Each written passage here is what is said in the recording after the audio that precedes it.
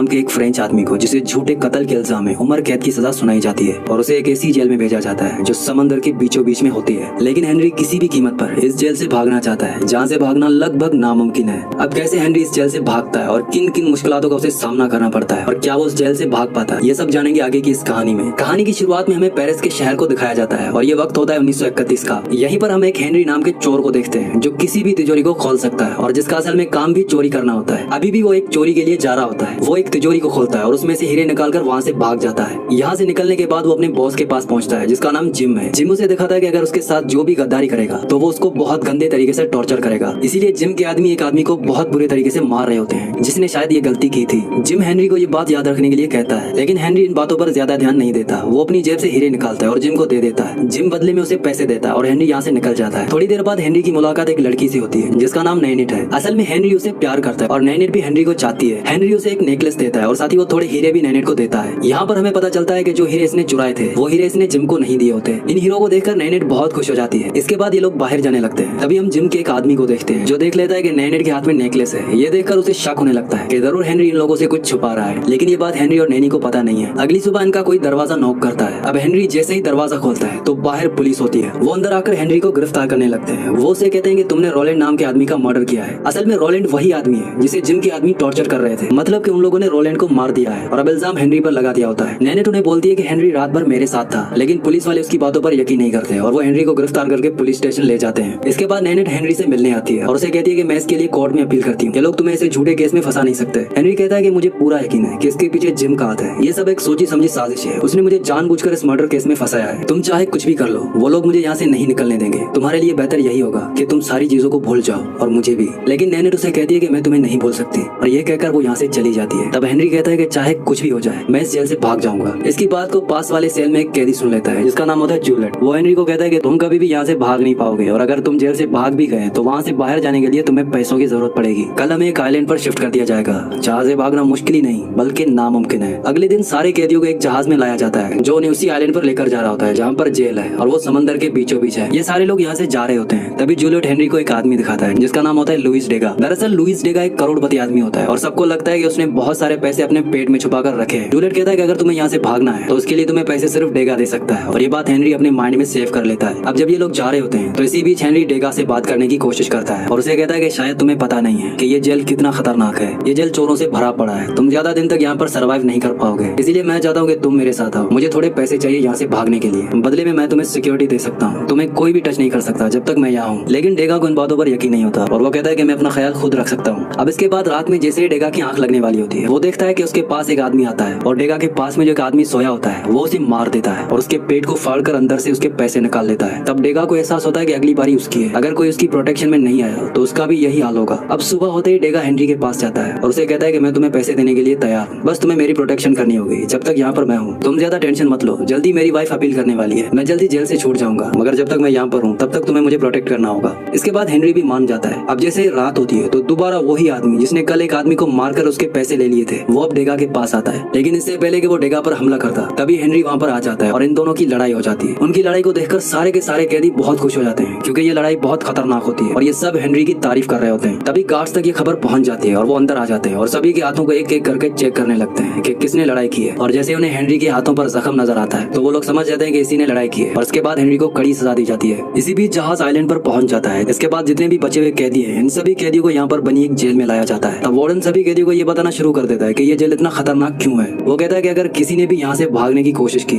तो यहाँ के गार्ड्स उसे गोली चलाकर मार देंगे, लेकिन अगर वो उनसे भी बच गया तो वो बाहर जंगल में पहुंचेगा जहाँ पर खाने पीने को कुछ नहीं है और अगले 1 या 2 दिनों में उसकी मौत हो जाएगी। अगर वहाँ से भी बच गया तो जंगल के जानवर उसे मार देंगे। तुम्हारे लिए सबसे अच्छी जगह ये जेल ही है जहाँ तुम ज्यादा दिनों तक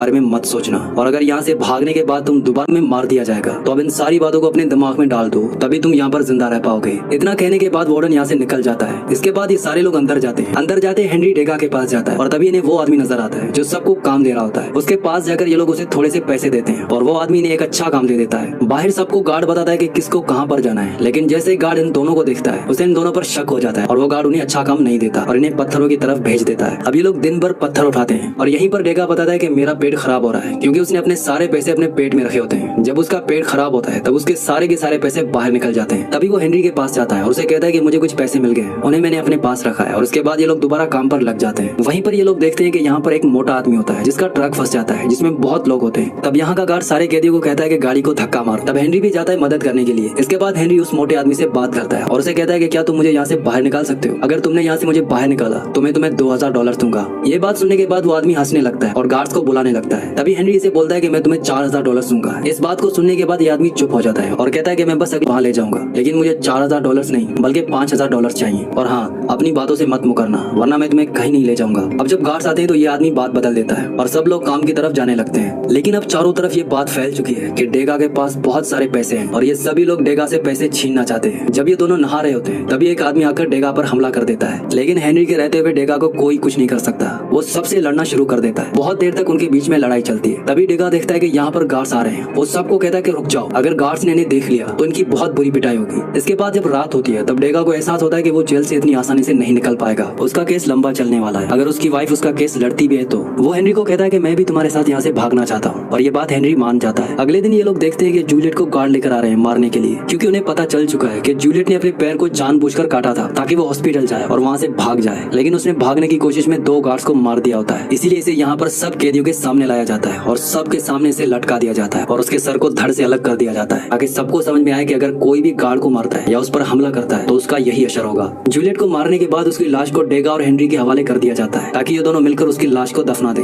जब ये उसकी लाश को ले जा रहे होते हैं तब डेगा की हालत खराब हो जाती है। वो बीमार हो जाता है और आगे नहीं चल पाता। ये देखने के बाद डेगा के पास एक गार्ड आता है जो उसे बुरी तरह से मारने लगता है और ये देखकर हेनरी को बहुत गुस्सा आ जाता है। वो पत्थर उठाता है और गार्ड के सर पर मार देता है और वहाँ से भागना शुरू कर देता है। वो जानता है कि डेगा उसके साथ नहीं भाग सकता। तभी यहाँ पर कुछ गार्ड्स आ जाते हैं। कुछ गार्ड्स डेगा को ले जाते हैं और कुछ गार्ड्स हेनरी के पीछे जाते हैं, लेकिन हेनरी पानी में कूद जाता है, जहाँ से तैरते हुए वो दूसरी तरफ पहुंच जाता है। वो जैसे ही किनारे पर पहुंचता है तब वो वहाँ जाता है जहाँ उसे मोटे आदमी ने आने को कहा था। उसके पास जाकर वो उसे कहता है कि मुझे तुम्हारे साथ चलना है, लेकिन तब वो आदमी उसे पैसे मांगता है। हेनरी कहता है कि अभी मेरे पास पैसे नहीं है, लेकिन अगर मैं एक बार पेरिस पहुंच गया तो तुम्हें माला माल कर दूंगा। जितने पैसे तुम मुझसे मांग रहे हो मैं तुम्हें उसे डबल दूंगा। तभी यहाँ पर गार्ड्स आ जाते हैं और वो मोटा आदमी हंसने लगता है और कहता है कि अगर तुम्हारे पास पैसे भी होते तब भी मैं तुम्हें यहाँ से लेकर नहीं जाता, क्योंकि यहाँ का वार्डन मुझे पैसे देता है तुम लोगों से ज्यादा, ताकि मैं तुम्हारे जैसों को पकड़ूं। इसके बाद गार्ड हेनरी को वापस जेल में लेकर आते हैं और वहाँ पर वार्डन आता है। वो कहता है कि तुम्हारी किस्मत बहुत अच्छी है, जिस गार्ड पर तुमने हमला किया था वो जिंदा बच गया है, वरना सबके सामने तुम्हारे सर को भी धड़ से अलग किया जाता। लेकिन तुमने यहाँ से भागने की कोशिश की है, इसलिए तुम अगले 2 साल तक सॉलिटरी में रहने वाले हो। इसके बाद अगले 2 सालों के लिए हेनरी को सॉलिटरी में बंद कर दिया जाता है। इस जगह पर धीरे धीरे हेनरी की हालत खराब होने लगती है। उसके दिमाग की हालत भी खराब हो रही है। उसे समझ नहीं आ रहा होता कि वो क्या करे। वो अपने आप को बिजी रखने की कोशिश करता है, वो एक्सरसाइज करता है और ज्यादा कुछ नहीं सोचता। लेकिन ये जगह इतनी गंदी होती है कि हर थोड़ी देर में लोग मर रहे होते हैं। उसके आसपास कई कैदी मर जाते हैं। अब हेनरी की तबीयत भी खराब होना शुरू हो जाती है, क्योंकि खाने के नाम पर उसे सिर्फ गंदा पानी दिया जाता है। हेनरी धीरे धीरे मौत के मुंह में जाने लगता है। तभी एक दिन उसे खाना मिलता है। तब वो देखता है कि खाने के अंदर एक नारियल है जिसमें एक चिट्ठी भी है। चिट्ठी पढ़कर हेनरी को समझ में आ जाता है कि ये नारियल उसके लिए डेगा ने भेजा है, मतलब कि डेगा ने गार्ड को पैसे दिए होते हैं ताकि वो उसे हर रोज एक आधा नारियल दे। इसके बाद हेनरी नारियल खाने लगता है। उसे एक नई उम्मीद नजर आने लगी है, लेकिन ये सिलसिला ज्यादा दिनों तक नहीं चलता। एक दिन इस बारे में वार्डन को पता चल जाता है। वो हेनरी के पास आता है और उसे टॉर्चर करता है और उसे पूछता है कि बताओ ये नारियल तुम्हारे लिए कौन भेजता है। लेकिन हेनरी डेगा का नाम नहीं लेता। वार्डन अपनी पूरी कोशिश करता है, लेकिन हेनरी उसे कुछ भी नहीं बताता। वार्डन कहता है कि इसका खाना आधा कर दो जब तक ये बताएगा नहीं। इसके बाद हेनरी को पहले से बहुत कम खाना मिलने लगता है। बहुत दिन ऐसा करने के बाद वार्डन दोबारा उसके पास आता है। उसे लगता है कि हेनरी अब टूट चुका होगा। वो दोबारा हेनरी से वही सवाल करता है कि वो नारियल तुम्हें कौन भेजता था, लेकिन वो इस बार भी वार्डन को कुछ नहीं बताता, जिसकी वजह से वार्डन कहता है कि इसके कमरे की लाइट भी बंद कर दो। अब वो अपनी बची हुई सजा अंधेरे में काटेगा। और जैसे यहाँ पर अंधेरा होता है तब धीरे धीरे हेनरी के दिमाग की हालत खराब होने लगती है। वो नेनेट को देखता है और वो अपने आप को भी देखता है तिजोरी खोलते हुए। इसके साथ साथ वो डेगा को भी देखता है क्लाउड के रूम में। जब वो तिजोरी को खोलता है तो देखता है कि तिजोरी के उस पार वही कैद है। धीरे धीरे जब उसकी हालत और ज्यादा खराब हो जाती है तब ये बात वार्डन को पता चल जाती है और उसे हॉस्पिटल ले जाया जाता है, क्योंकि वो दिमाग की हालत से बीमार हो चुका है। तभी हम डेगा को देखते हैं जो कि हॉस्पिटल में काम करता है। वो हेनरी के पास आता है और उसे माफी मांगता है। डेगा को लगता है कि आज हेनरी यहाँ पर है तो सिर्फ उसकी वजह से। डेगा हेनरी को कहता है कि तुम हमेशा सही कहते थे,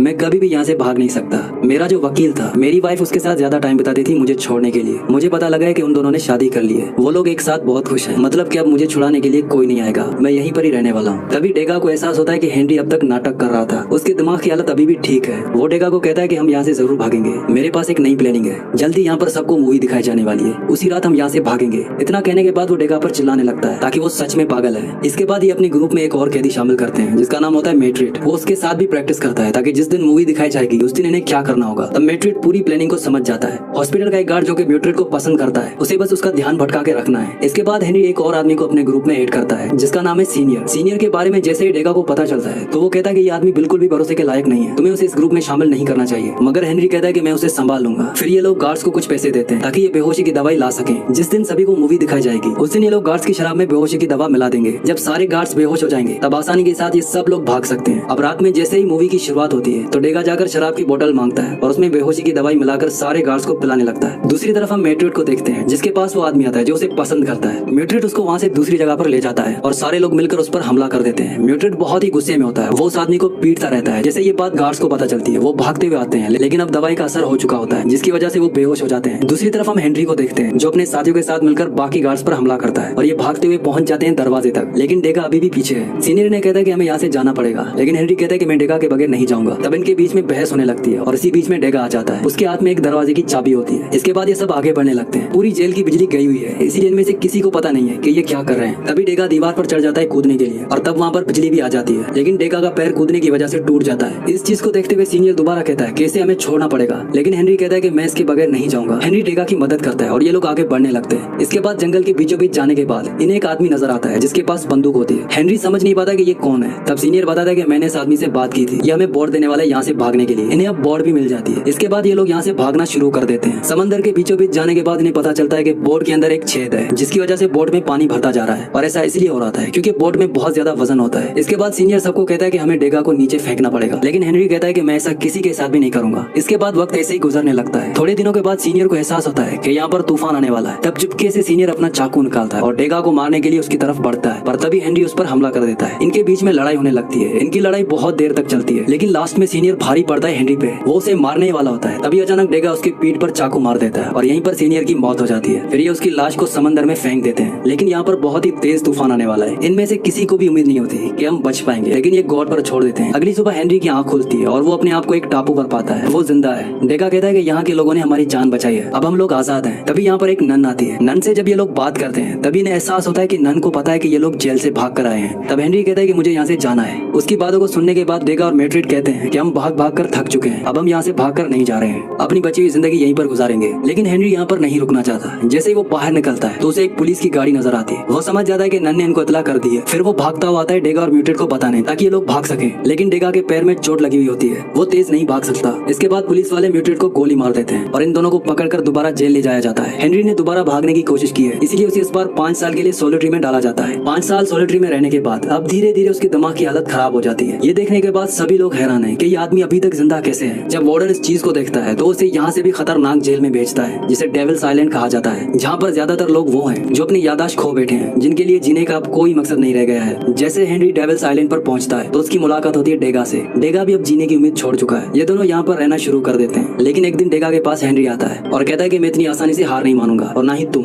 मुझे पता है कि यहाँ से कैसे भागना है। यहाँ पर सिक्योरिटी बिल्कुल कम है। वो लोग जानते हैं कि अगर यहाँ से पानी के नीचे कोई भी कूदा तो वो डूबकर मर जाएगा, क्योंकि आइलैंड पानी के बीचों बीच है, कोई भी यहाँ से नहीं भाग सकता। लेकिन मेरे पास एक रास्ता है। यहाँ पर बहुत सारे नारियल है। अगर हम सारे नारियल को एक जगह पर इकट्ठा करें तब हम उनके सारे पानी पर तैर सकते हैं, क्योंकि यहाँ की लहरें बहुत तेज हैं। हमें सिर्फ पानी के ऊपर रहना है और कुछ नहीं करना। ये लहरें हमें खुद ब खुद भागकर ले जाएंगी। इसके बाद डेगा को भी ये प्लानिंग पसंद आती है। ये दोनों मिलकर नारियल जमा करना शुरू कर देते हैं और आखिरकार वो दिन आ जाता है जब ये पानी में कूदने वाले हैं, मतलब यहाँ से भागने वाले होते हैं। लेकिन जब भागने का वक्त आता है तो डेगा कहता है कि मैं यहाँ से नहीं भागूंगा। बाहर की दुनिया में मेरे लिए कुछ भी नहीं रखा। मुझे पता लग गया है कि मैं इसी जगह के लिए बना हूँ। मैं अपनी आखिरी सांसें यहीं पर लूंगा। तुम्हारे लिए बहुत कुछ है बाहर दुनिया में, तुम कभी भी यहाँ के लिए नहीं बने थे, इसलिए तुम बार बार भागने की कोशिश करते रहे। हेनरी डेगा को समझाने की कोशिश करता है, लेकिन वो साथ चलने से मना कर देता है। वो कहता है कि मैं अब इस आइलैंड का हिस्सा हूँ। तब हेनरी आके उसके गले लग जाता है और उसके बाद वो पानी में कूद जाता है। तब डेगा देखता है कि पानी में कूदने के बाद हेनरी ऊपर नहीं आ रहा। उसे लगता है कि हेनरी मर गया। तभी थोड़ी देर के बाद हेनरी बाहर आता है और डेगा का नाम लेता है। ये देखने के बाद डेगा बहुत खुश हो जाता है कि उसका साथी जिंदा बच गया। हेनरी नारियल की बोट पर लेट जाता है और लहरें उसे बहाकर ले जाती हैं। फिर वक्त ऐसे ही बीतने लगता है। इसके बाद वक्त आता है 1969। तब हम हेनरी को एक प्लेन में देखते हैं जो पेरिस जा रहा है। हेनरी अब बूढ़ा हो चुका होता है। पेरिस जाने के बाद वो एक पब्लिशर से मिलता है। उसने अपनी पूरी कहानी को किताब में लिखा होता है। वो चाहता है कि उसकी कहानी पूरी दुनिया तक पहुंचे। तब पब्लिशर इस कहानी को सुनकर बहुत ही इंप्रेस हो जाता है। हेनरी बताता है कि मेरी वाइफ ने मुझसे कहा था कि तुम्हारी कहानी पूरी दुनिया तक पहुंचनी चाहिए। इसी के साथ इस मूवी का एंड हो जाता है। अगली कहानी आप किस मूवी पर सुनना चाहते हैं मुझे नीचे कमेंट्स में जरूर बताना। अगर ये वीडियो आपको पसंद